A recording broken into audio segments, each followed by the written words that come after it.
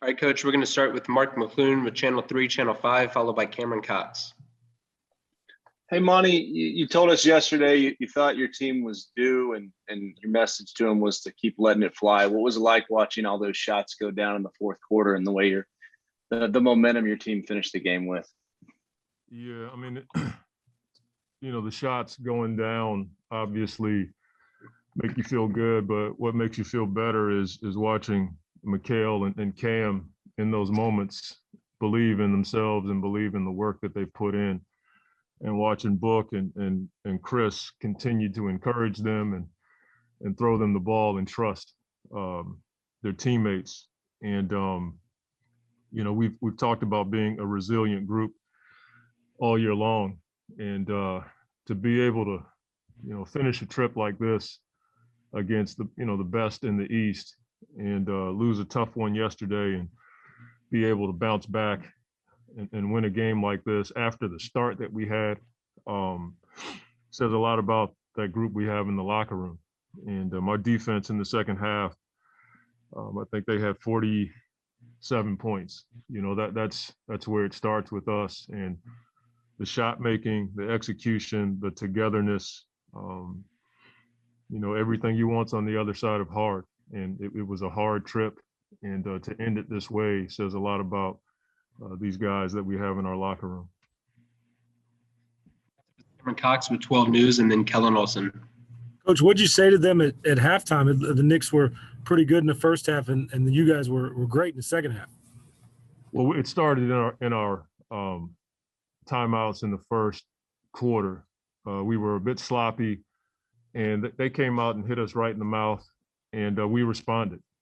And I told our guys, if they continue to shoot like that for the rest of the game, that's the way life goes. But if we just hang in there, I think, with our schemes and their effort, we're going to force some misses.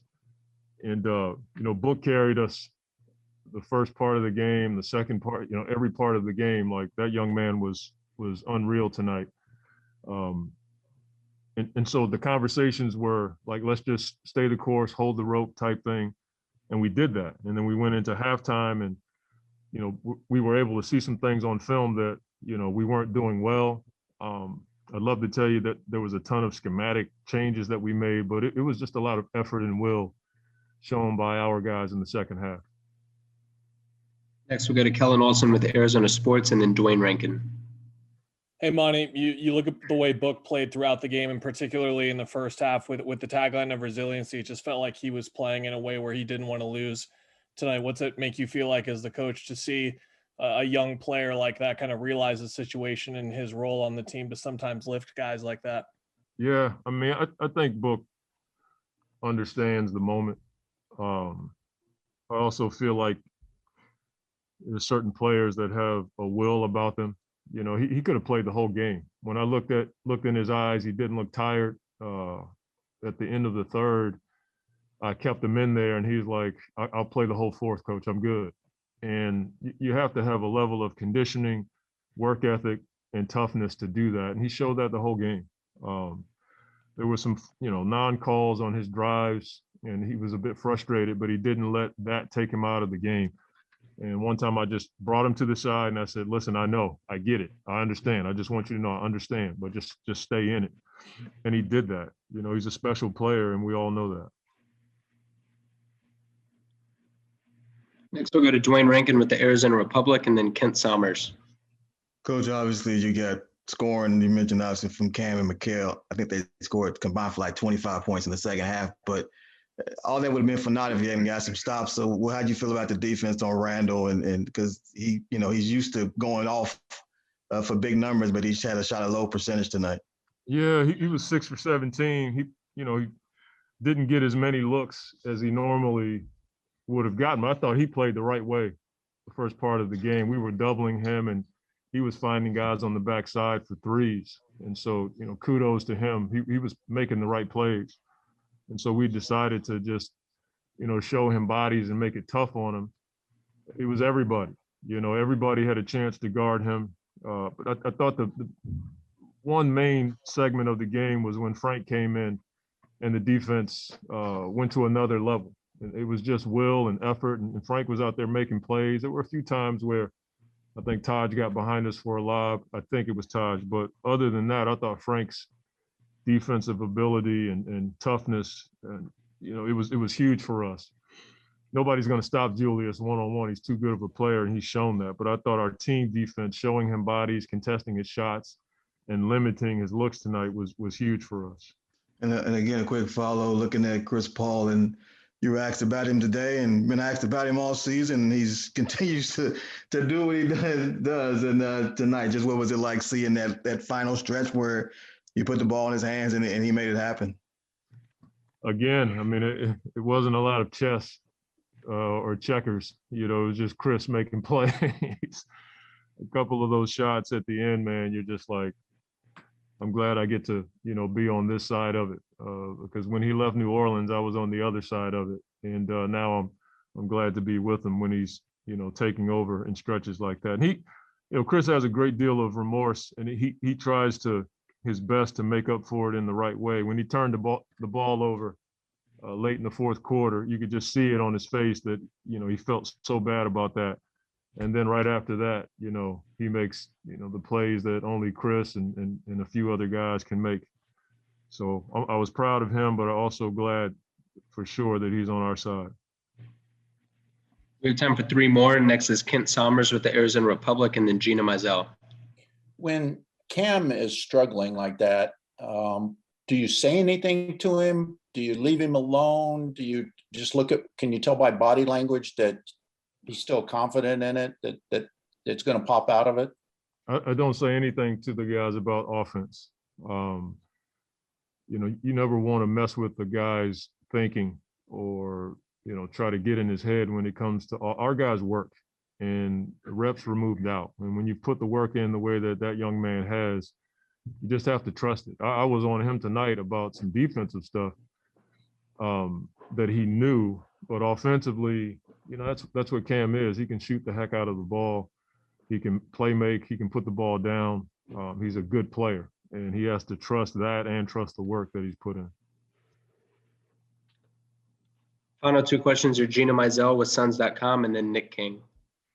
Hey, Monty, with the win tonight, depending on what happens in the league tomorrow, you guys could officially clinch a top 6 playoff spot. I know the goals are much higher than that, but just to kind of officially be on the verge of that, just how does that make you feel, or just what does that say to kind of reach that point in the season? Well, I mean, we'll deal with that when it's official, but when I spoke to the team in Orlando, that was the one thing we talked about was, finally being in a position where we can control our destiny and not have to wait on somebody to get us in or knock us out. And so when we do make it, I'm sure I'll feel a lot better, but I can't go there, call me weird, but I just can't go there just yet. But we put ourselves in a position to control our own destiny. And the guys in the locker room, when we do get there, they deserve a ton of credit for what they've done to put us in this position. And we got a lot more work to do. We're going to play in a lot of games like this, and we got to be able to handle this kind of environment. I thought our guys did an unreal job of that tonight. It got heated. There were some tense moments. We stayed together, and that's what it's going to take when you do get to the playoffs. And so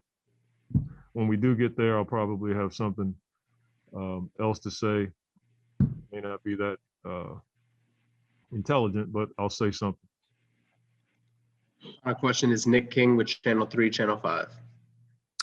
Monty, on a Phoenix Mercury call today, Skylar Diggins-Smith quoted you on the everything great is on the other side of hard, or everything you want is on the other side of hard. I don't know, on TV, the energy and the excitement from Chris, Devin, Cam, Mikal right at the end of the game was pretty evident. I don't know if you noticed that, but just seeing them kind of thrive in a situation that was hard.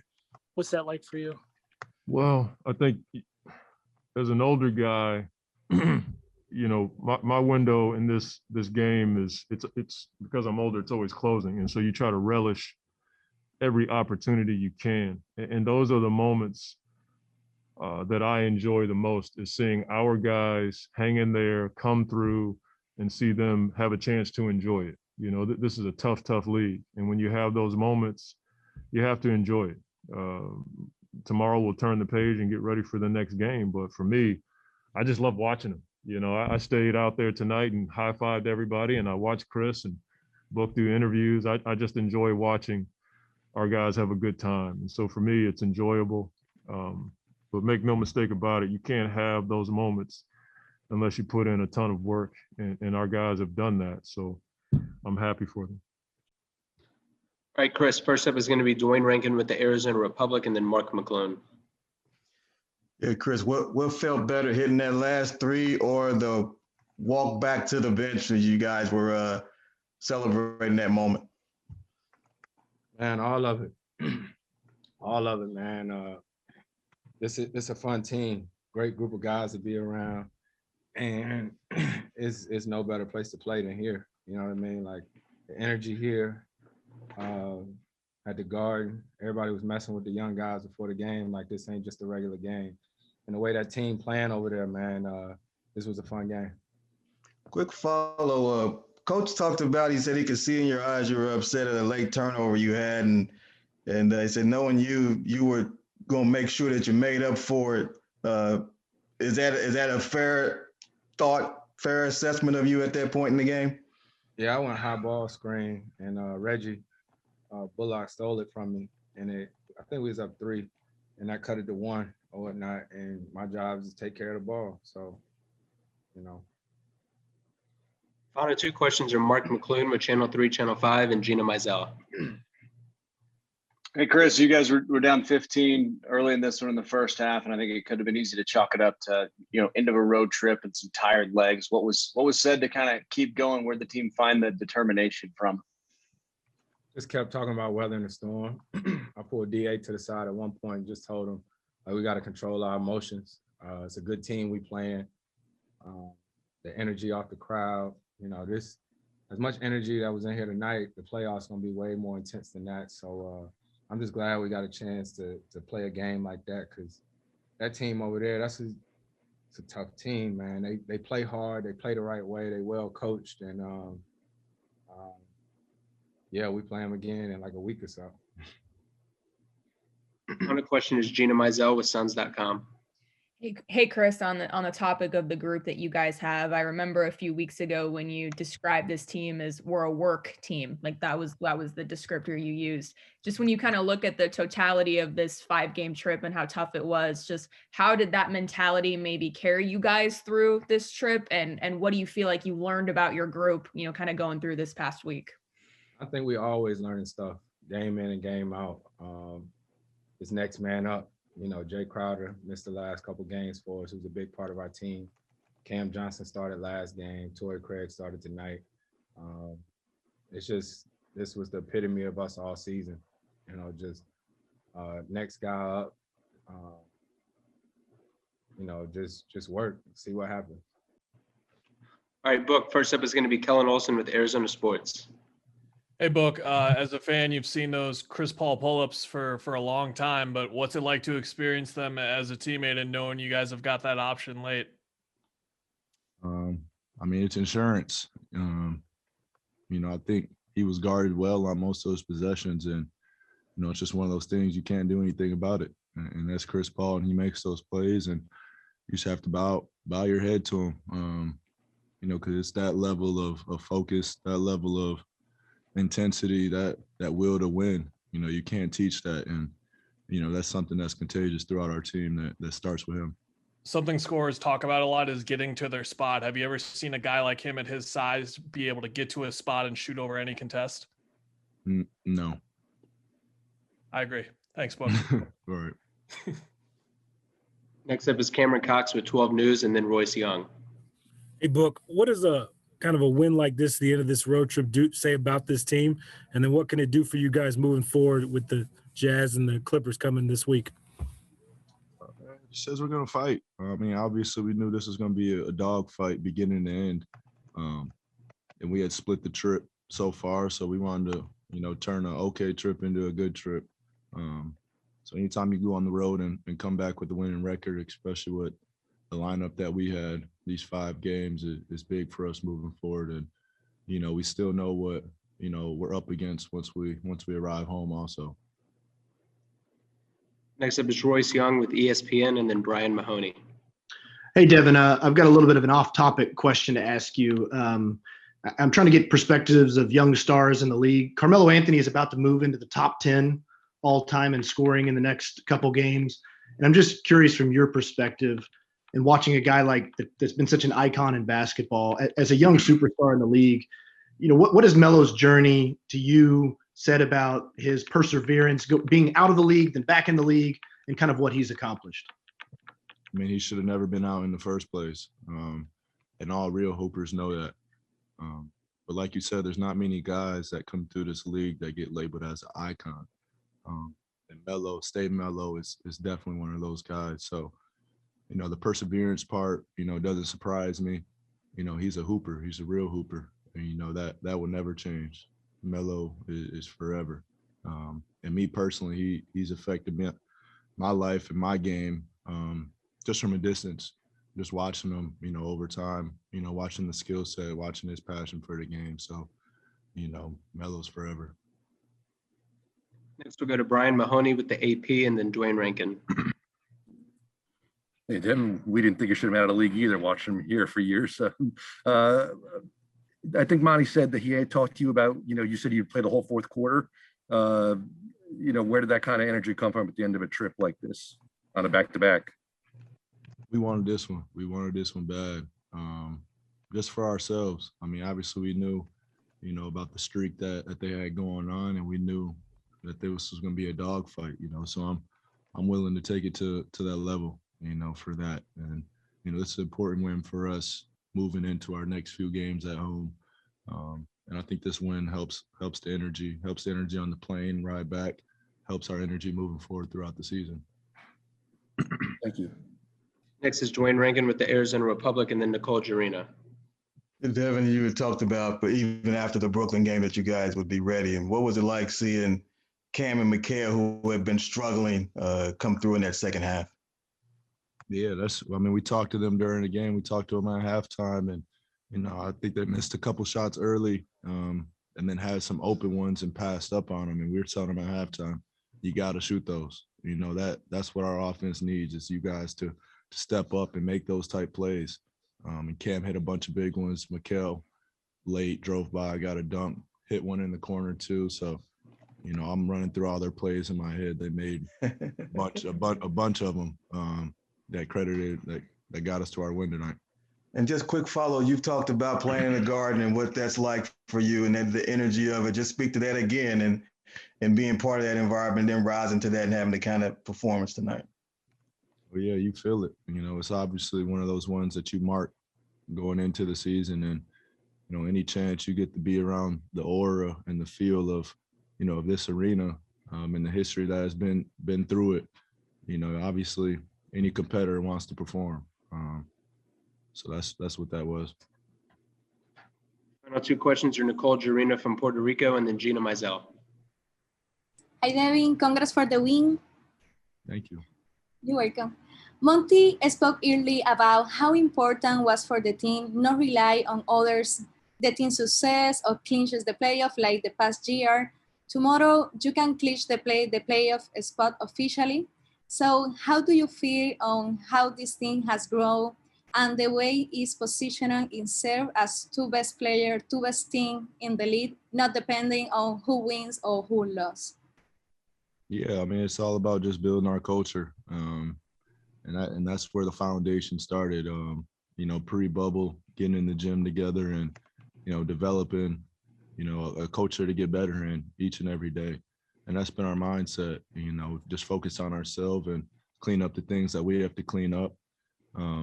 Because, you know, we have big goals for this team that we're trying to reach. So, you know, every game is important to us. Final one is Gina Mizell with Suns.com. Hey, Book, that was kind of along the lines of my question as well. And I'll just expand on that and say, you know, we know what you've been through personally with this franchise. And I know you do have so much bigger goals for this season and beyond, but just for you to kind of be on the verge of crossing that benchmark, just what does that mean to you? means a lot, man. I mean, it's been a long time coming. So I've said it multiple times in many interviews this year that I don't want to look back.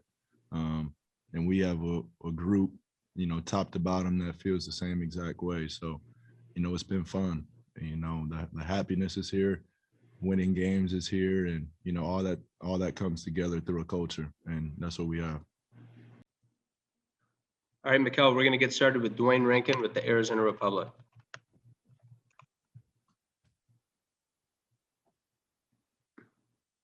My fault. Hey, Mikal, who was that the handoff with? Booker. Mikal, you had been struggling with your shot, and then Booker was just saying, "Hey, look," he told you and Cam, y'all gotta keep shooting. Y'all gotta shoot the ball. And what was working for you in that second half? Where you scored 18 points in the second half. Just being aggressive. That's the whole thing. Just staying ready. Even little tight shot give me just advice to saying is use your legs more. So everybody on the side and just being locked in. Even if you miss, just stay ready, get ready for the next one, stay aggressive. That's why I appreciate my teammates and coaches. They want you to be the best you can be, and they stay on you to get you better and play great. And I can't thank them enough. And lastly, how huge was this win tonight? It was real good.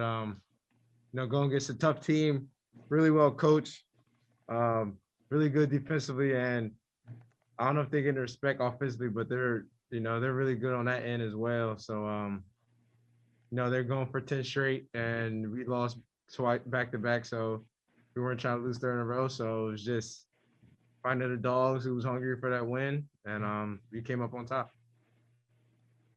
Next, we'll go to Kellen Olson with Arizona Sports, and then Gina Mizell.